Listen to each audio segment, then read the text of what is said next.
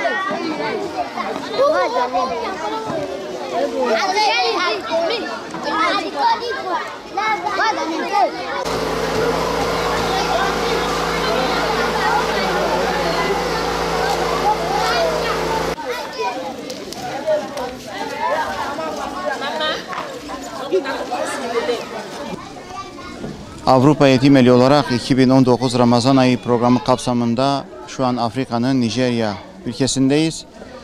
Hani Afrika denilince kuraklık, açlık, fakirlik, yoksulluk akla gelir. Gerçekten de bu Ramazan ayı onlar için bir fırsat, bir nimet. Bu gördükleri nimete şükrederek yapılan hayırların ne kadar önemli olduğunu bir kere de bizler şahit olduk.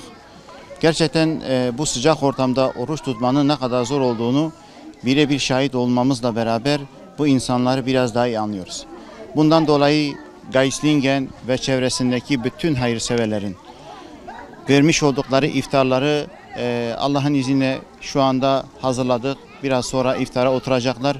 Yapılan bu hayrı Rabbim kabul ve makbul eylesin ve tüm hayırseverlerimize de razı olsun bu güzel hayra vesile oldukları için ve yardımlarını da beklediğimizi buradan belirtmek istiyorum.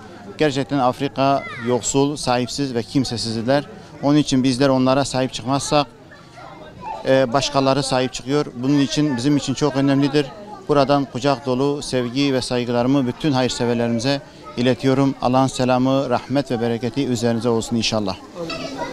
Avrupa Yetim Eli olarak da yardımlarımız devam ediyor elhamdülillah. Bir 3-4 günümüz daha var. Bu 3-4 gün boyunca da burayı doldurmak istiyoruz. Sizin hayırlarınızla yardımlarınızı da bekliyoruz inşallah. Yardımlarımız Ramazan'la sadece sınırlı değil ve sadece Afrika'da değil, Yemen'de, Gazze'de, Arakan'da, Türkiye'de ve dünyanın dört bir yerinde yardımlarımız devam etmektedir. Bundan dolayı Avrupa Yetim Eli olarak yardımlarımızı devam edeceğiz. Desteklerinizi de bekliyoruz inşallah.